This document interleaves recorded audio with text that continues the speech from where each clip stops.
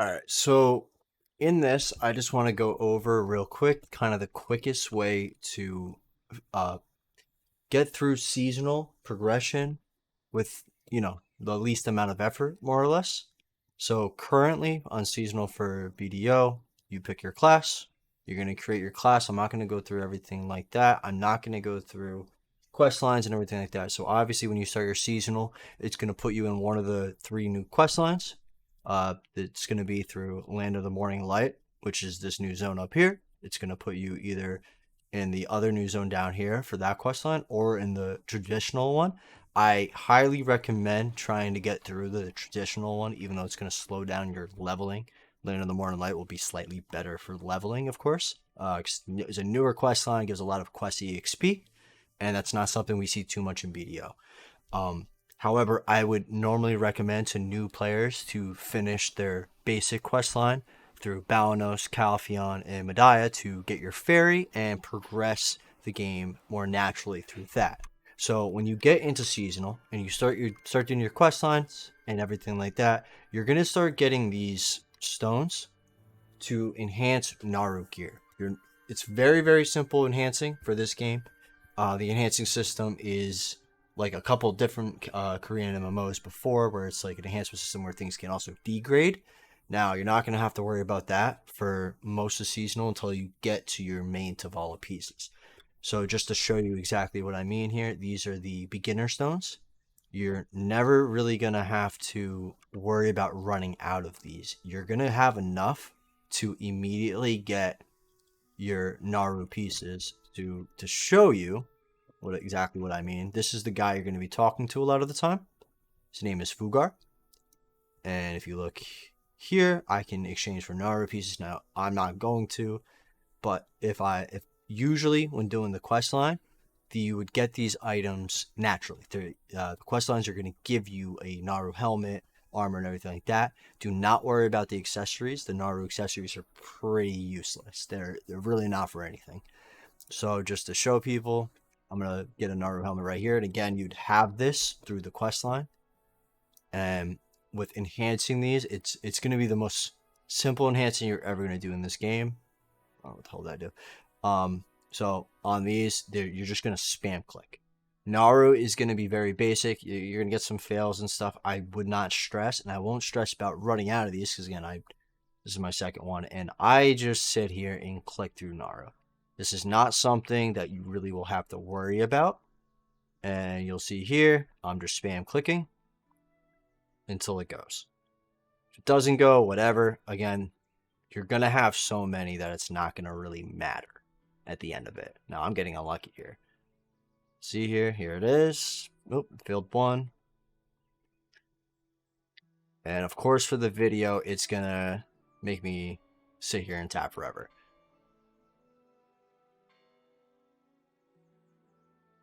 Wow, I am unlucky right now.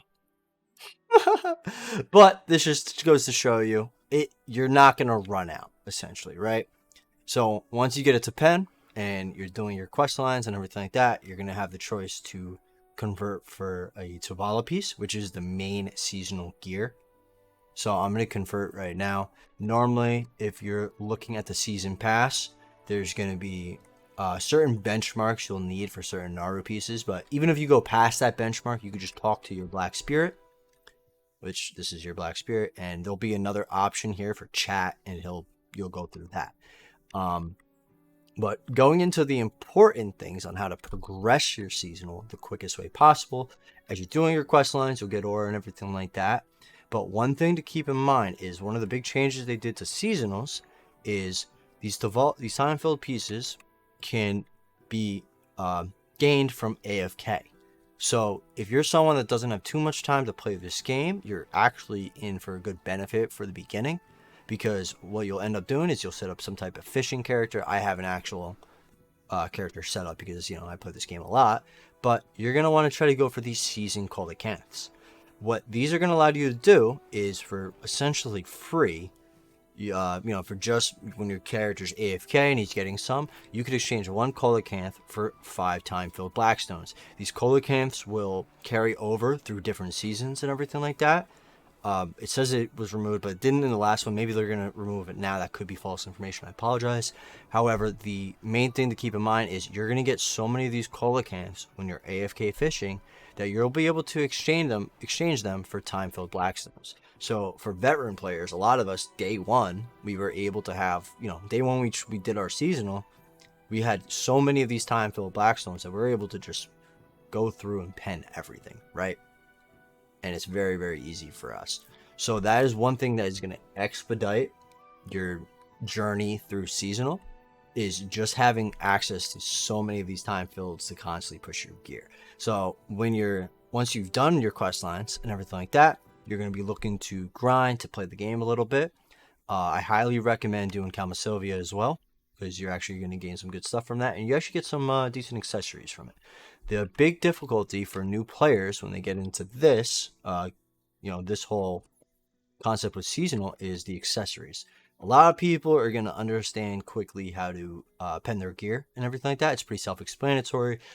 For PRI-DUO, you're going to want to use no more than, even a 10 stack is fine. You could really raw tap if you have a lot of stones.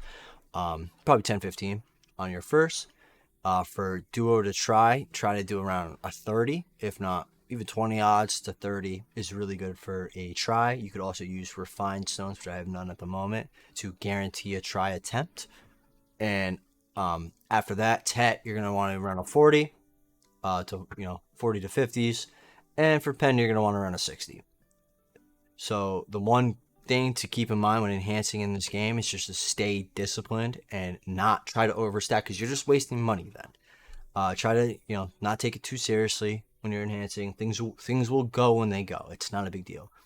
Something I saw a GM say the other day, and it just shows how long that guy was playing the game, because we all say this in this game, it's a 50-50. It either goes or it doesn't. That's it.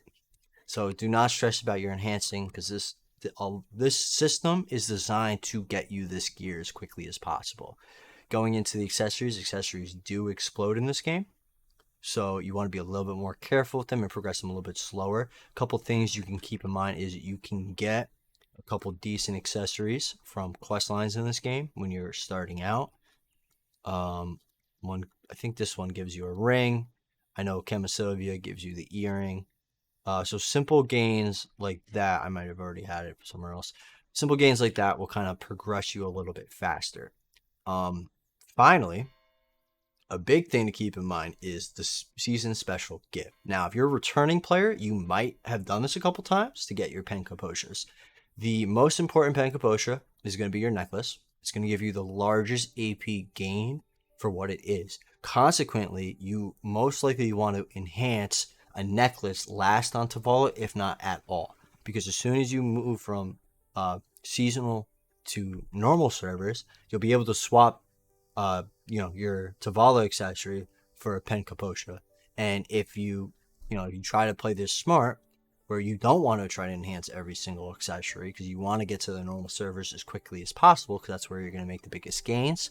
You want to ignore your necklace, go for your other couple accessories. Maybe you don't go for this one right away. Try to prioritize your biggest gains.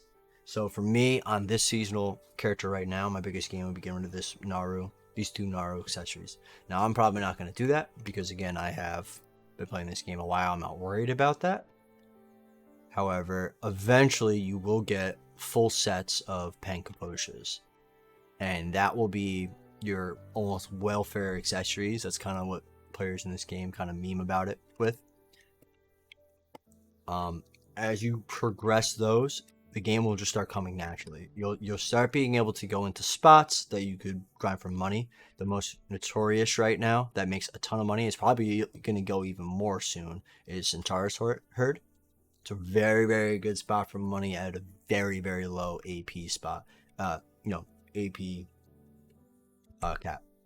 So at this point with my seasonal, I can already go there. It's not going to be the most efficient as some other classes. I'm on a line right now and I'm only at 190 AP. However, again, I have easy AP gains. And remember, AP is what's going to bring you money in the early parts of the game. You're not worried about your armor as much. You're worried about getting your weapons to pen and a decent assortment of accessories, and then a little bit of DP. Because as soon as you get that and you could start going to these spots, especially on the seasonal servers where you're more protected, you'll be able to just progress your gear. So, you know, a little recap. We're going to look to AFK fish, which would be over here. If anyone doesn't know AFK fishing, there's a million guides on YouTube for it, but skimming over it, you know, you just go near the water, have a fishing rod equipped, hit spacebar, and walk away from your computer. Your guy will do everything himself. Within pretty much a night or two, you're going to be at the point where you're going to start getting a good amount of coelacanths and everything like that per night too. It doesn't take a high fishing level to get to that point. I set my friend up with it the other night, and he was, I think, professional by, you know, the first night, whatever it was. Other than that, most other guides will kind of cover most of the bases. So after your quest lines and, you know, you start grinding into these spots, you're going to be looking to just set up, you know, you'll get your free horse. After that, you probably would just go to your pot piece grinds, which will be spots like,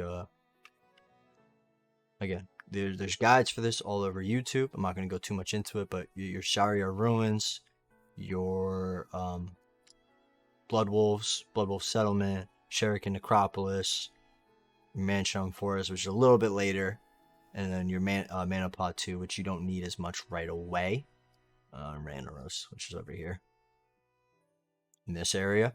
So by the time you're at your point where you can grind for money at Centaurs, you'll also pretty much be able to start working towards your pot piece, which is just, you know, a long grind. It's highly recommended when you start off the game to start working towards it, because you can make half decent money in these spots, and you can also grind for time filled in these spots on the seasonal servers.